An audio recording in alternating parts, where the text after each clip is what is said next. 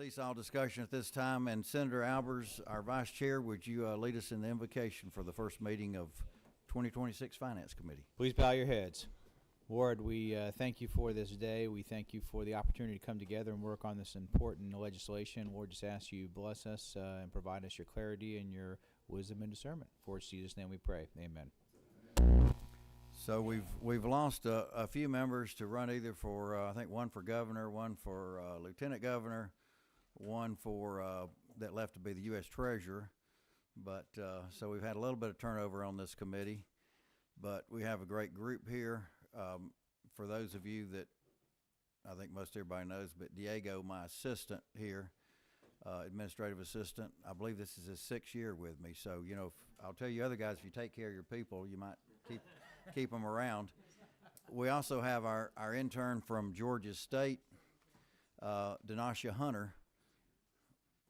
Raise your hand, Denasha. So she's helping us out this year as well. We have a new legislative counsel, Ollie Rod, over here. If you'd raise your hand, that writes the bills for us. And then our research analyst, Josh Grigsby. So those are the people here this year. So we're going to call this meeting to order. And the first thing I was going to do, I had ordered a study back in April, I believe it was.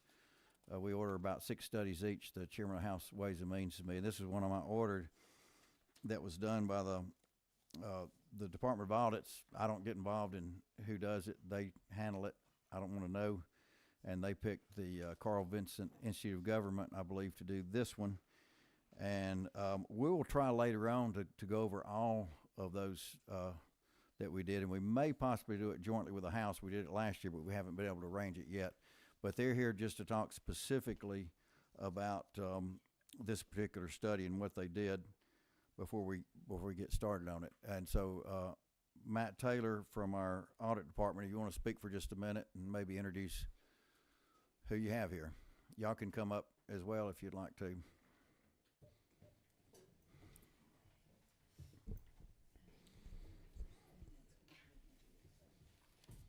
Okay. I'm Matt Taylor with the Department of Audits. I want to thank the committee and the chair and the members for having us here today to discuss this report. I have with me 2 researchers from UGA's Carl Vinson Institute of Government, Dr. Tommy Shepard and Dr. Greg Wilson. Do we have the presentation? Sorry about that.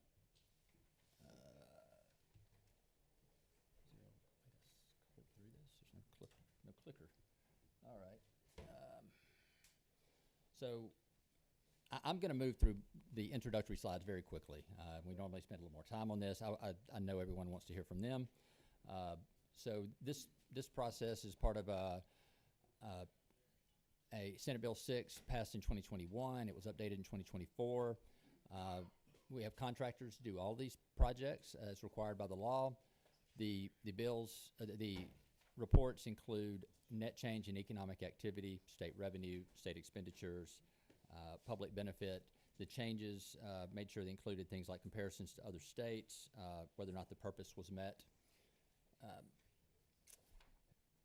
As the chairman said, we received 12 requests for the 2025. That's our list. Today, we're only going to talk about the high-tech data center equipment exemption. I've covered this in prior years, that what you can expect to see in these types of reports. The researchers typically use M-Plan to determine the economic activity.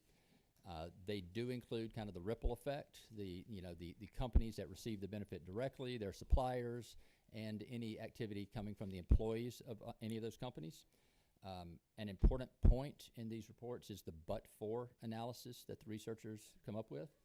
That is trying to determine within an industry what portion of the activity is a result of the incentive. So you can have a lot of activity going on. For instance, grocery store food sales. There's a lot of that.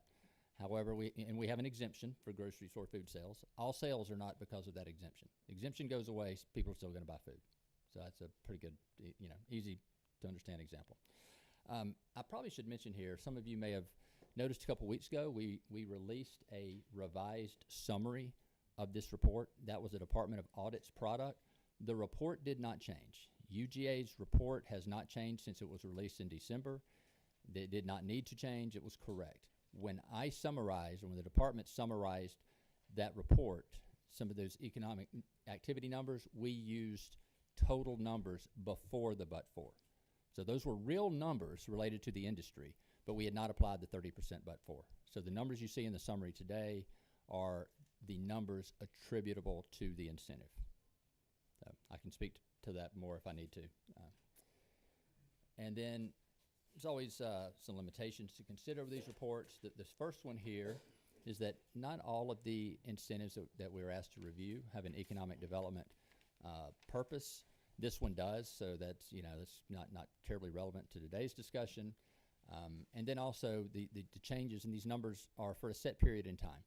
And so these are kind of short-term reviews, and they can't measure things like the state's reputation for business and things like that. And that is it for me. I will turn it over to the researchers who can talk more in depth about their report. Good afternoon, Mr. Chairman, committee members, and thank you so kindly for the opportunity to come before Senate and Finance this afternoon and share some of our work with you. My name's Tommy Shepard. I'm an economist in the Institute of Government at UGA and the lead researcher on the study that we're talking about this afternoon. First of all, the incentive that we're looking at is the one we all commonly know as 68.1, sales tax exemption for the construction of new data centers. And it exempts a portion of construction materials used in the construction of new data centers. And by a portion, it doesn't cover or exempt all of the construction materials, but essentially the things that make the shell able to function as a data center. So heavy-duty electrical systems, cooling systems, the raised floors that hold the racks, and all kinds of techie things that I'm not really qualified to speak to, but it is not 100% of those materials. Also, the servers, racks, routers, all of the sort of equipment that goes into the data centers, and the software as well. In our research, we found that, thank you, Matt, roughly 42% of states across the U.S. have some form of an exemption for data centers. Generally, they revolve around a minimum investment, around some minimum employment objectives, and then beyond that, the devil's kind of in the details. Some allow exemptions for refurbishment of existing data centers, some exempt electricity, some have other unusual features built in, but they have basically the same goal in mind of attracting data center construction to a particular state. Thanks, Greg. We estimated an econometric model of but-for that Matt Taylor alluded to. But-for essentially, as he said, tries to answer the question, how much of this activity would have happened if there had been no incentive?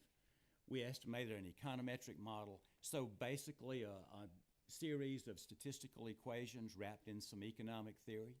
We did this based on a comprehensive data set that we were able to obtain from a third-party consultant that has detailed information on all data centers across the country, both operational, under construction, and announced. And it gives us that both by geography and across time. So we were able to estimate a really significant econometric model. The results of that tell us that 30% of the data center activity that we realized in the state could be attributed to the presence of the sales tax incentive, which leaves the other 70% that would have happened anyway.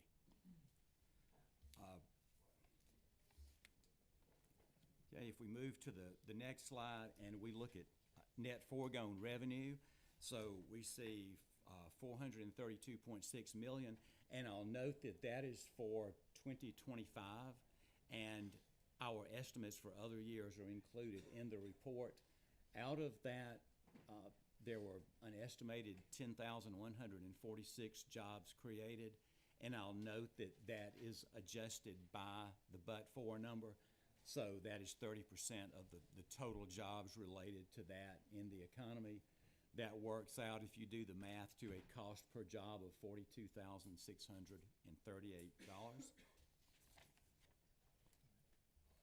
Okay. Also, if we take that same figure for 2025 and we look at the value that was added to the economy because of the construction and operation of those data centers, we come up with $1.25 billion.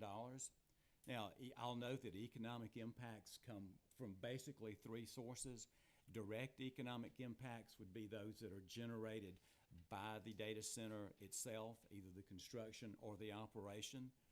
We look at what we call indirect impacts, which you can think of as sort of an upstream impact, as those data centers hire workers, they purchase materials in the local economy, things that flow into making that data center happen. And then the third category is what we would term induced impacts. And those are the impacts as those employees, either construction workers or permanent data center employees, spend their money on things in the economy, and they, by consequence, create jobs and generate tax revenue. So that works out to a figure of $2.89 per dollar of foregone tax revenue or tax incentive given up. We could interpret that as an economic return on investment for that incentive. So you could think about a simple example. If I invest $1 today and I get $1.10 back at the end of the year, I have a 10% return. In this case, if I invested $1 and my investment was foregone tax revenue with the objective of getting economic impact, then my return would be $2.89, would be $1.89 on top of the dollar I invested. Okay, and then also, because of that spending on data centers, as we noted, not everything is tax exempt.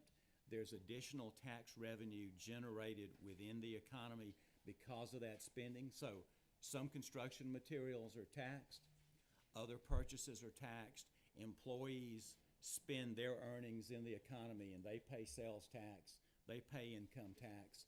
So that's an additional estimated $41.5 million of tax revenue generated by that spending, which works out to 9 cents in additional tax revenue for each dollar of foregone tax revenue. And I think if we were to think about a takeaway, what are some summary points? One is that the but-for estimate is highly dependent on and is really evolved with the growth of the industry in Georgia. I'd note that we did an initial study of data centers in 2022. At that time, no data centers had taken advantage of the incentive in Georgia. It had just been introduced in 2018. A couple had applied, but there was not data that we could release. Since that time, we've seen significant growth of data centers in Georgia, particularly large scale, or what the industry may term hyperscale data centers. Based on our estimates, the majority of that economic impact is tied to the construction of the data centers themselves. And we also took a look at local property tax income from data centers and found that to be a rather significant income for local governments. And mercifully, that's kind of what I have for you. I'll be happy to try to field any questions that you might have. All right, thank you for the report and the thorough work on this. One quick question before theirs is I saw a University of Michigan study. I know y'all said 70%, and it gave a range.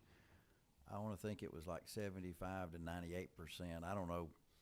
I know it's not a perfect science, but Mr. Chairman, it's not a perfect science. When we did the initial study in 2022, there were no comprehensive data sets to look at. Mm-hmm. We essentially looked at literature that had been done by others around the country. One of those was Virginia and their counterpart agency to Matt Taylor's. They had put out a number at the time that was around 90%. That was probably a good number at that time for a new incentive. Over time, the industry has grown tremendously, and I think but-for is driven by that. Right, and you look at the numbers of foregone state revenue, 2018, it was 18 million, and 19, 27 million, 20, 10 million.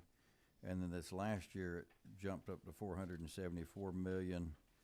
And for the year we're in right now that ends this June, I see we've got a number of 625 million going on out to 850 million in 29 and 30. And again, that is just the 4 cents of the state revenue. Is that correct? That is correct. And That's so what our I think numbers are based on. there's about on average 3.49 cents for the locals.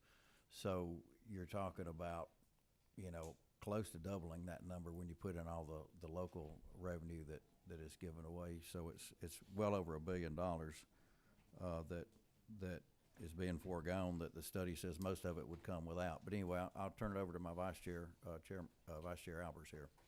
Thank you, Mr. Chairman. Thank you for this very thorough analysis. Could you go back a few slides to where you were pointing out the job creation? Maybe this one. No, yeah, okay, that's the right one. So I'm looking at the summary sheet that we have versus what you have up there, and I'm looking at jobs of 8505 of construction and 1,441 in operations, and it's differing from your numbers. I'm trying to figure out what the difference of the summary sheet is versus your data. That wouldn't be that old summary sheet. We might have, I don't know if when you had to correct the summary sheet later on. Oh, I handed my summary sheet to someone else. I would have to add those two numbers together. I mean, I assume you added the two numbers together, and they are not 10,146. I did not catch the two that you said. 8505. Yeah, I'm just looking at, maybe perhaps these numbers going down here, we're just summarizing differently. That's why I'm a little confused, so. It's just that bottom row, that 10,146. Okay. And that should be construction and operation. All right, so is it fair to say the construction jobs are obviously temporary for the time we're building that data center, will begin and have an ending, and most likely? I think for an individual data center, maybe, but in our discussions with data center construction companies and operators, our takeaway is that once there's a skilled workforce in place and supply chains for raw materials in place, it's much more advantageous to continue to build where you are in that geographic area than to go and look for new territory. So I think as long as there is a consistent flow of construction, those workers probably just move from one data center to another. Maybe this year you're in Douglasville, and next year you're in Fulton County somewhere, right? But I think those construction jobs persist as long as there's construction of new data centers. Yeah, I say that, I'm using this as a balance of our film tax credit, because when somebody else offered a bigger handout, they left town pretty quickly, so we can't always guarantee those jobs are there. But for $42,646 per job, knowing that's not always a permanent job out of what appears to be 80+% of that number, that's pretty significant of what can't be so much guaranteed as a real job going forward, where an operational job is probably more consistently going to stay with the data centers for folks that are working there on a regular basis. Is that accurate? I think I'd have to fall back to the notion that as long as construction is ongoing, those construction jobs are stable. But we know construction can't ever go, I mean, you can't continue to build till you get to heaven. Eventually, we're gonna cap out at one point, so. All right, We can't let's fill the state border to keep border order. with data centers, but we didn't make predictions around how long that construction trend. This is a great analysis. I appreciate it. Last question before I turn it back, Mr. Chairman, if I could. As it relates to the return on investment for the state, the way that I have looked at this is a great return on investment for our local communities because of the tax base they have. So if you're a city, a county, or a school district, so long as you didn't exempt everything, you're actually doing very well, helps offset property taxes. The problem is state revenue, we're basically losing our shirt on the return on investment for a dollar figure. Based on the numbers that I see, is that accurate? I think we could say there's a trade-off between the two. 9 cents on the dollar, I think I saw Yeah. for the state return. Senator Steele, go ahead. Thank you, Chairman. Thank you for the presentation. Did I understand correctly when you were answering one of Chairman Huffstetler's questions that you had said that the initial estimate was 90% of the data centers would not come? When we did Years the ago, initial yeah. study Yeah. in 2022, we used 90% because we had no Georgia data to work with at that time. So we were looking at other published studies, both around data centers and around sort of the whole area of but-for research. And we used 90% at that time. And then now it's 30%. So Now we're that's using 30%. The 30% is based on a far more robust estimate using real-world data that was not available 3 or 4 years ago. okay. Thank you. Yeah, probably on that study did it too soon before we had enough data to say, but I was interested in what it was doing. Senator Cowser, I believe you were next. Thank you, Mr. Chairman.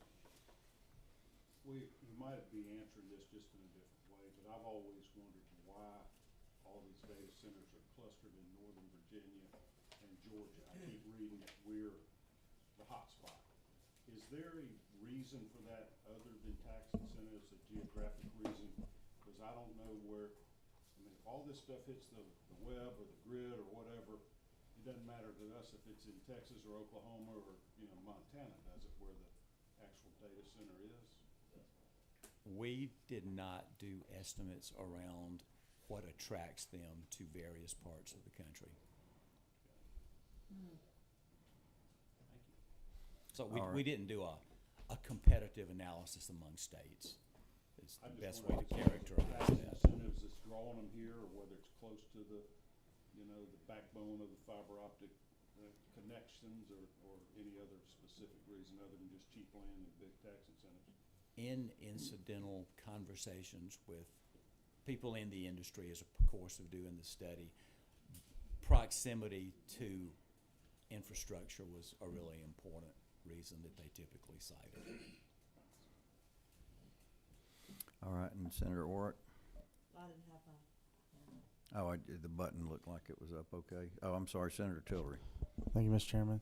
Thank you for your report. I have a question. As you know, there's a lot of credits, and your report is just on 68.1, so 48.83, 68.1. That's correct. You also have that credit that's in 68. How does that interplay with this one?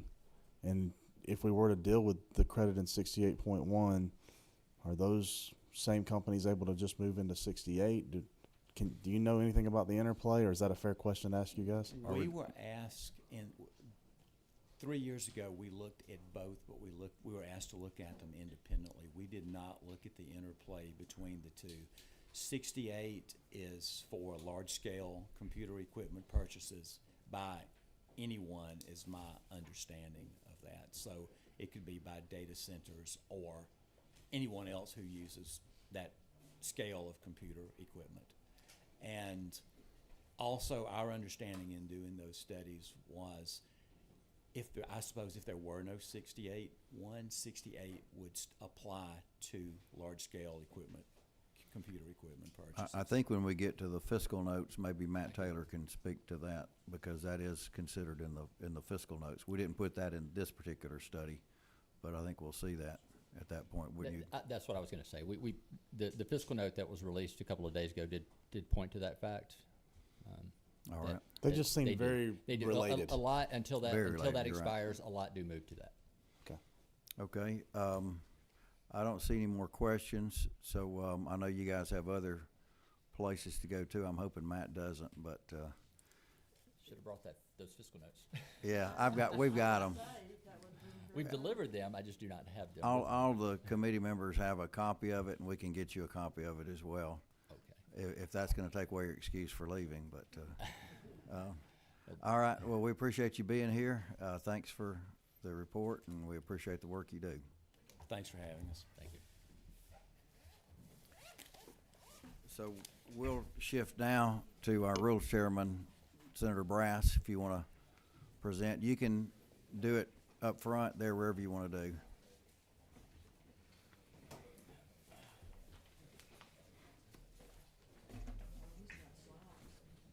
That's all I have slides.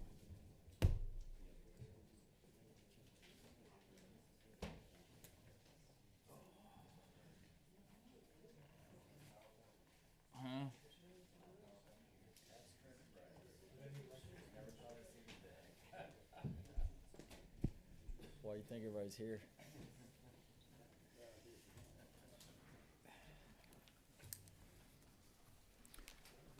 All right,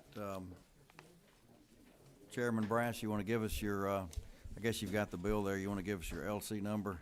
Sure, I've got working off of Senate Bill 410 LC 590263.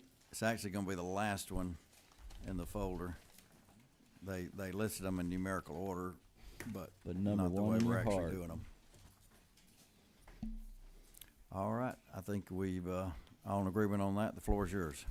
All right, bill is simple. It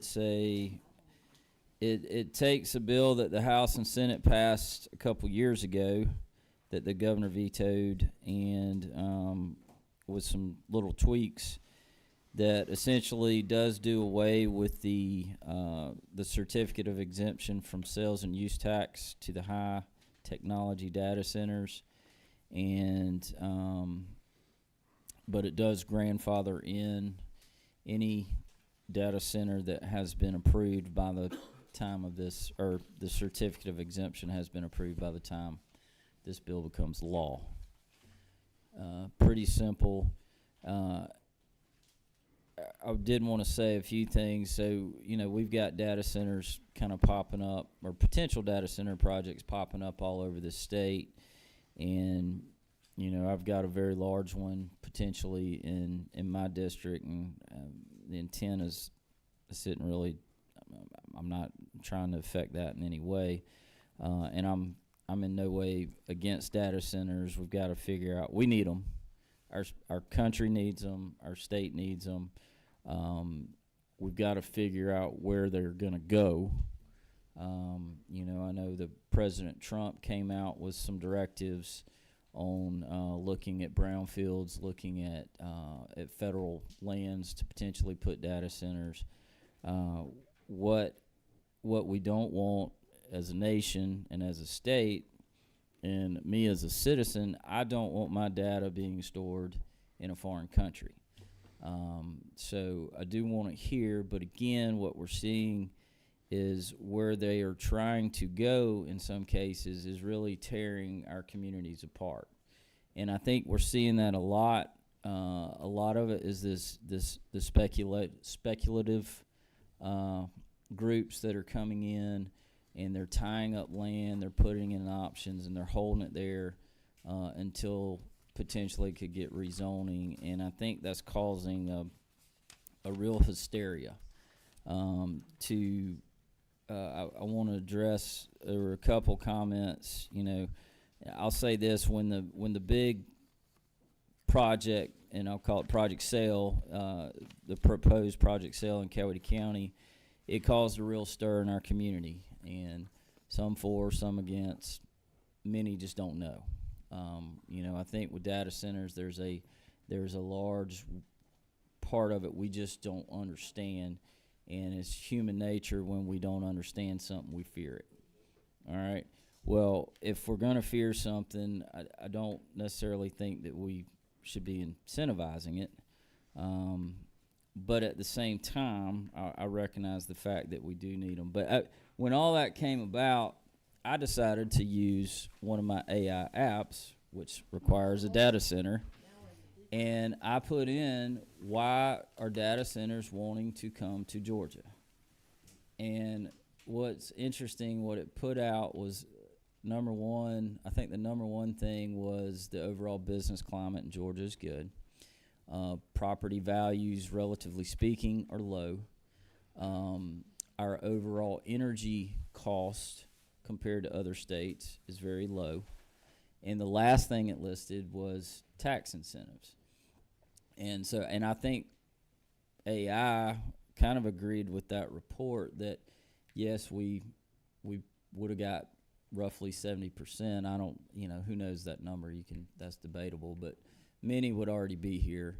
And those that did come, according to that report, 30% of those that are here, you know, only came here because of the tax incentive. And so that, to me, is kind of the reason we're grandfathering those in, is for it wouldn't be fair to those 30% to say, to lure them here and then take it away midstream. So that was the purpose for the grandfather, not to mention the governor vetoed the last one anyway, so I knew we were going to have to change something. Chairman Cowser, you had asked about Virginia. My understanding of Virginia, they did their tax credit was more of a rural tax credit, or at least part of it was, which is why there's that one area they call it's like they got more data centers per capita than anywhere else in the world. And in my understanding, it was because of that. Theirs is more of a rural tax credit, or maybe that was an additional tax credit. I don't know the ins and outs of Virginia's law there, but and so in that local school system apparently is doing very well. Again, that's just in who I've talked to.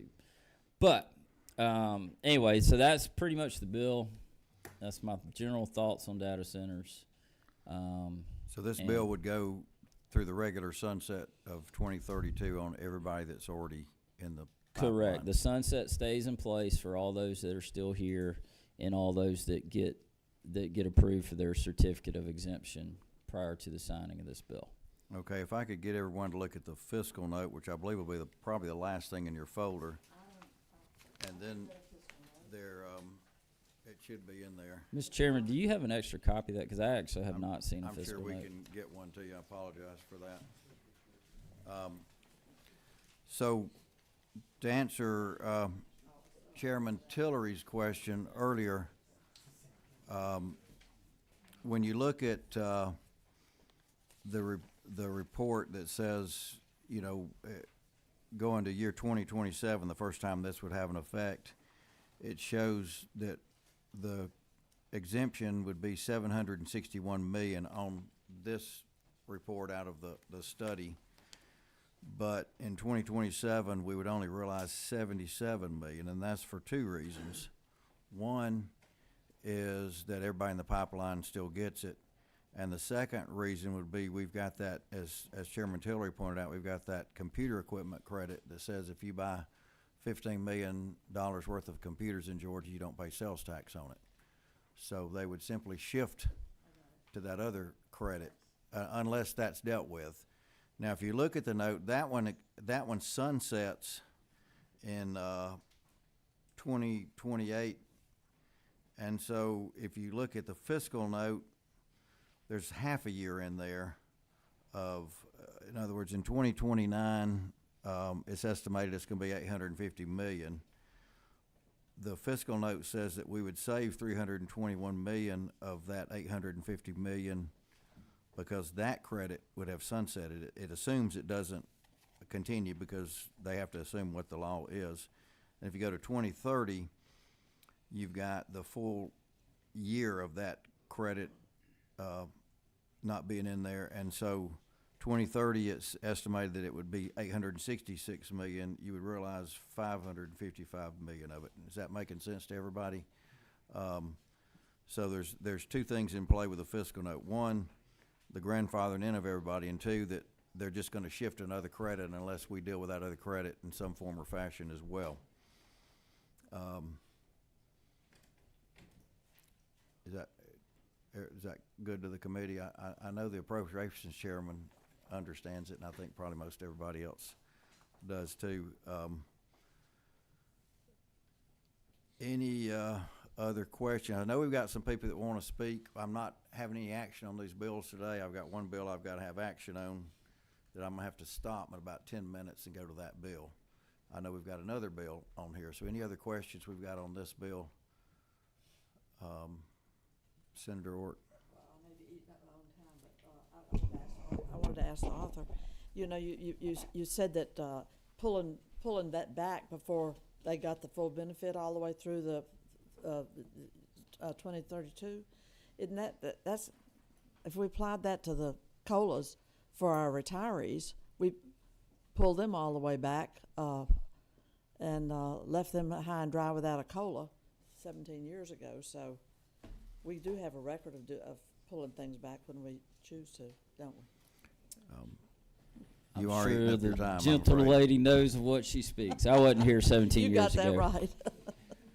Okay, I know we've got some people that want to speak. I can try, it's got to be a hard, fast 2 minutes. Kenny Mullins.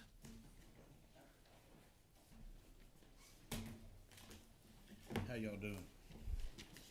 Thank you, Mr. Chairman, committee, for letting me speak today. I'm Kenny Mullins. I'm the business manager for Atlanta North Georgia Building Trades. We represent about 20,000 skilled craftsmen from all trades: plumbers, pipe fitters, iron workers, operators, everybody across. We got 92 counties that we cover, from Stewart County all the way to Dade County and everything in between. I'm here in opposition to the Senate bills 408 and 410, simply because of the amount of jobs that will be lost. You were talking earlier about construction jobs. In construction last year, we had about 47 million man hours that we did across building trades. 25 million of those were in data centers. You can probably remember back in the 80s, 70s, and 80s, we had your car plants here, and you'd do retools, and the new construction would happen, and then annually you'd have retools. Well, that's kind of what it's like with these data centers. You have reoccurring jobs. We call it the modern day retools. One example would be your Facebook data center and your Meta project that happened out in Social Circle. 6 buildings on that campus. We started that construction. We worked about 2,800 craftspeople. When we got finished with that 6th building, it was already time to rotate back to building 1 and change out all the internal components and equipment and everything that it takes to run those data centers. With maintenance, network technicians, office, security personnel, there's about 150 to 200 full-time permanent jobs at each data center, depending on the size of that data center. Continuous jobs for Georgians. They're able to go to work every day, get that I got 40-hour 15 check. seconds left. All right. Just in Metro Atlanta, there's 138 data centers employing between 20 to 25,000 permanent full-time Georgians. We need to keep the successful tax credits in place and not change the sunset. We can continue to grow the Georgia jobs together. All right, I appreciate your comments. I apologize. You're good. We're just short on time today. Thank you, sir. I I'm appreciate the trying to get everybody opportunity, and in. thank you for what y'all do. All right, we've got Trey Kane to speak as well, and try not to repeat anything that was said. You give us new information. And I do want to say that the jobs are considered in this study. We realize there's a lot of construction jobs, and the study considered it. But go ahead. Yeah, thank you, Mr. Chairman, and thank you to the committee for allowing me to speak today. I'm Trey Kane. I'm here on behalf of IBEW Local 613. We represent around 6,000 members across 59 counties throughout the state of Georgia. I'm here to oppose Senate Bill 408 and 410. Data center construction operation currently account for 75% of our members' employment right now. So these projects, they don't just provide a short-term construction job, and that short-term could be 5 years, 10 years. It's not just short-term. It can directly lead to long-term, full-time maintenance and operation that keeps skilled Georgians employed year after year. So when you look at the full picture, it's not just our 6,000 members, it's their families. So roughly around 20,000 people who are depending on these jobs, who have been depending on these jobs in the past, and they're depending on these jobs in the future. And data centers are keeping Georgians working. I worked at a data center when I was in the field. They're good jobs, they're clean jobs, they're safe jobs. They're supporting local economies, small businesses, and providing stable careers that don't require people to leave the state to find good work. And so that's a big thing for me individually and for a lot of our members, is they're able to go to work during the day, do a full day's work, and then come back home to their house, to their family, and sleep in their own bed. They're not having to leave the state of Georgia to go Thank you. work because the 15 jobs are here. seconds. 15 seconds. 50 seconds, all right. So our position is simple, straightforward. We urge the committee to keep the existing tax credits in place and to continue supporting policies and to continue to keep Georgians working. Thank you very much for your comments. We've got Dan DiOrio with the Data Center Coalition.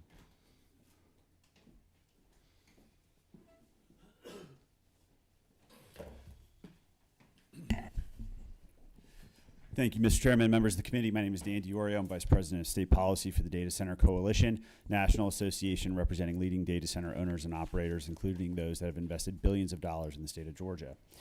Testifying in opposition to 408 and 410, predictability is the most important factor for large-scale capital projects.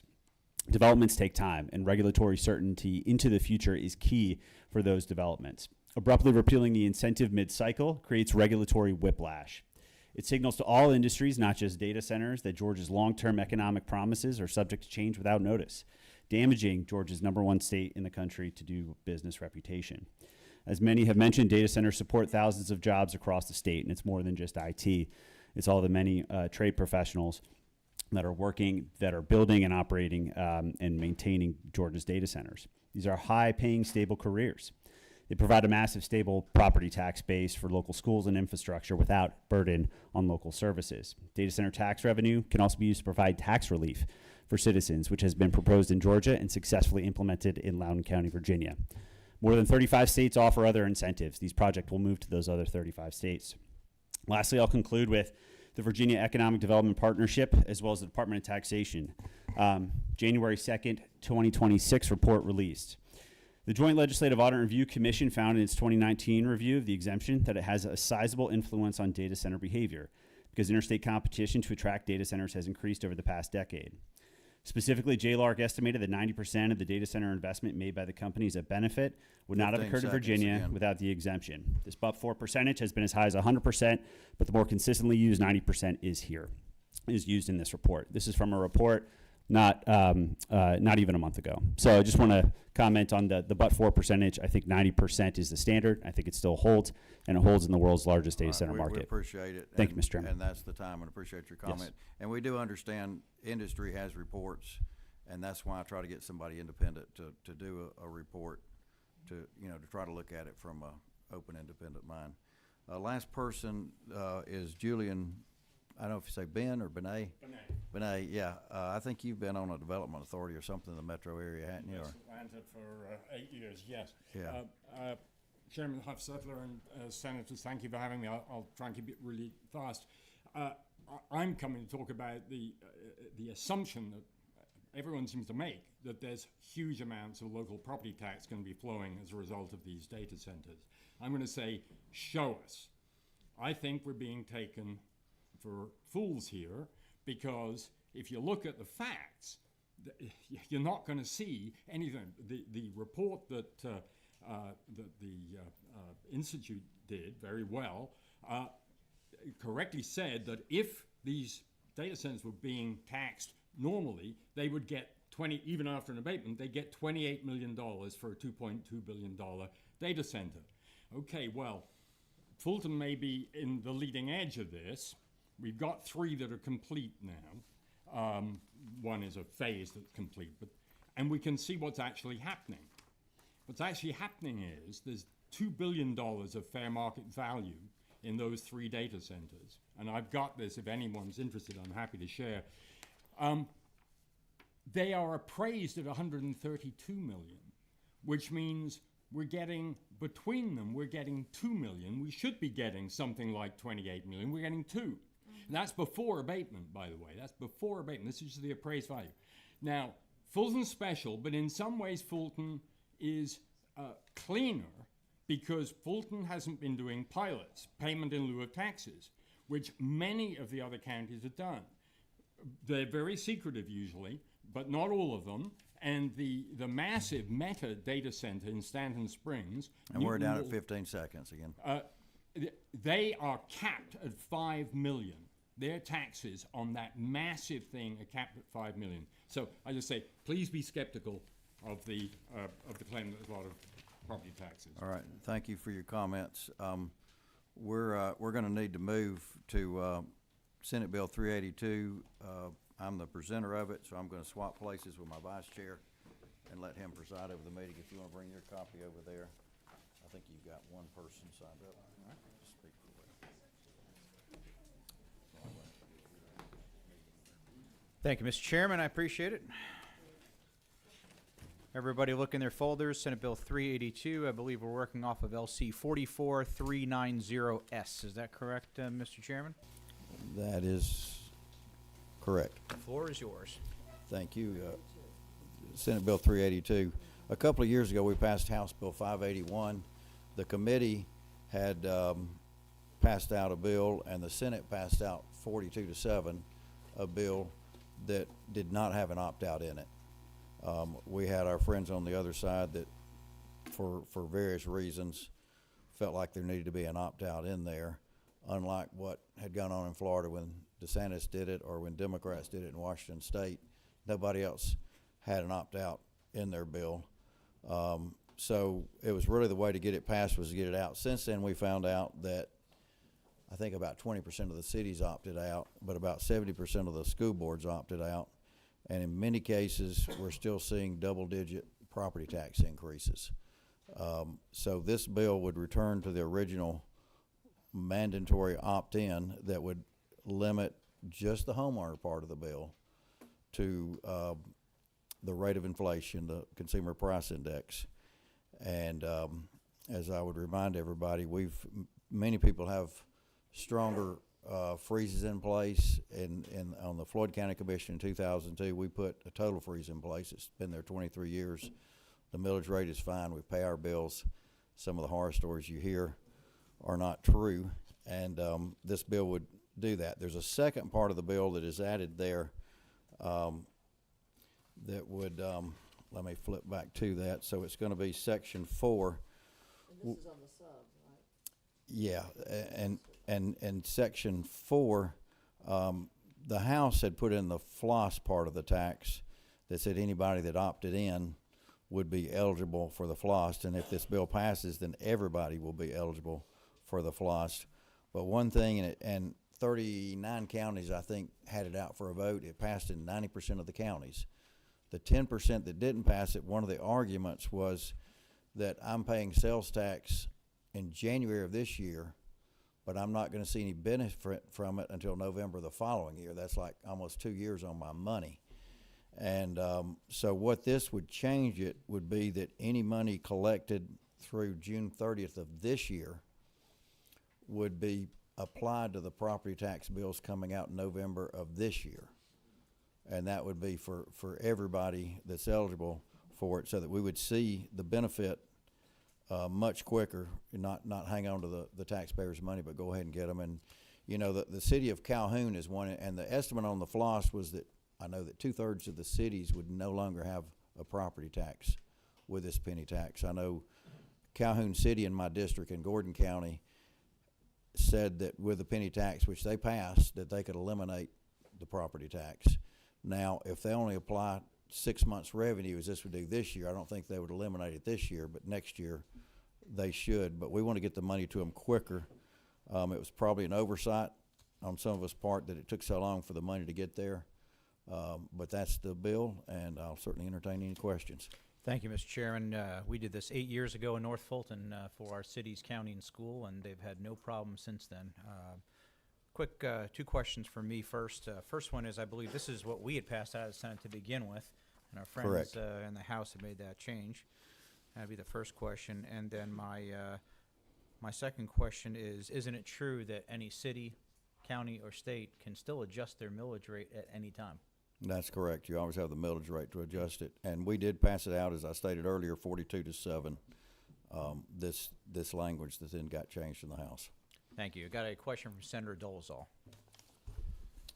Thank you, Chairman. 2 questions, actually. So if this passes, what's the base year that they revert to for the calculation? This one would have everybody that's opting in now. The base year is this year.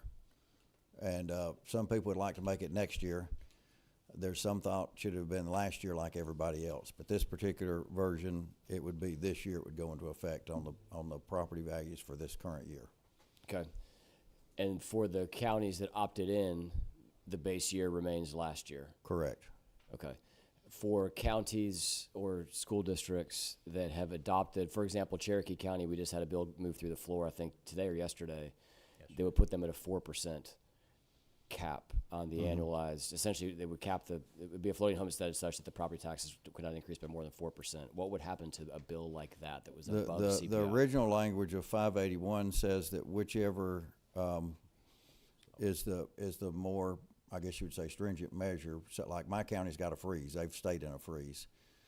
If the CPI was less than 4%, then it would go with the CPI in that case. But they would live concurrently alongside of each other, and if you had a year where CPI was 7%, then actually the 4% It would limit it to 4% if kick that's into what that you've scenario. got, Okay. yes. Thank you. And, you know, we've, I know some people have said, well, you're having to keep up with all these calculations. We did it this year in Floyd County. The schools had not opted in before to the freeze. They had to opt in. They're going by the CPI this last year. We sent the bills out. The city and the county governments were under the freeze. It's not a big deal. I know that's one of the red herrings that gets thrown out there on it. Questions from other committee members? I have a late arriving question from the majority leader. At the appropriate time, make a motion. We've got someone to talk. Hold on to that motion. All right, we've got Justin from GSBA. Why don't you come down here and introduce yourself and who you're with?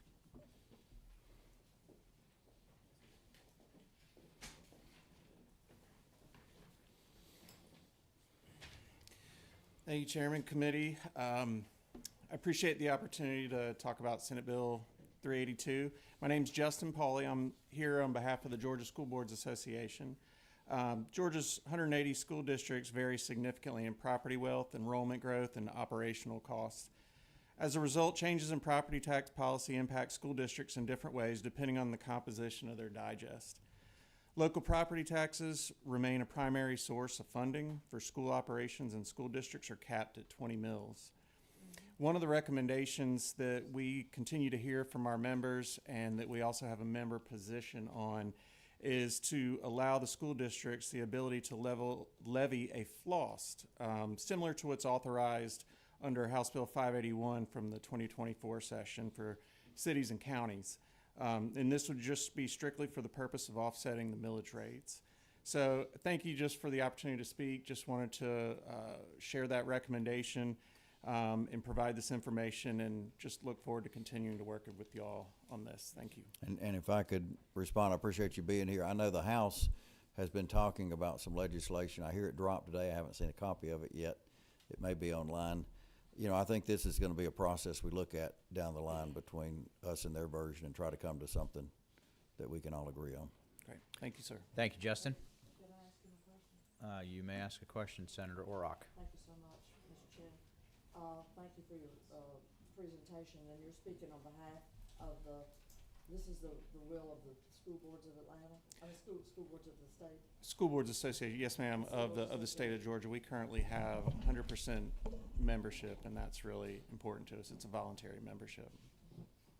And schools, isn't it true, are highly burdened these days with meeting the high needs of students and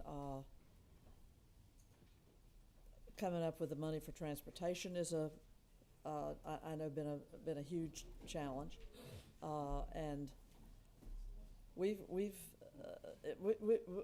it be important for us to be mindful of the needs of our schools all across our state that are serving students with high needs, and where we're not fully funding the needs that the schools have, and we're pushing more burden onto the school systems? Would you agree with that? We are seeing rising costs, just like every business. School districts are seeing rising costs as well. So, all right. Sure glad we have fully funded education yet again. We appreciate With that in mind, I'm going to go back to the majority leader. You have a motion? I do have a motion. Thanks, Justin, for being here. Thank you. Mr. Chairman, I make a motion to pass Senate Bill 382 and make sure we all have the correct LC number, 443390S. Got a motion. Do I have a second? Got a second from Senator Still. Any further discussion or amendments? Seeing none, all those in favor, please raise your hand. All opposed, please raise your hand. 3 opposed. This is a motion. This passes. Best of luck and rules, Mr. Chairman. I'll turn it back over to you. We can go ahead and adjourn the meeting. All right. Well, if there's no more discussion before the committee, we're hereby adjourned.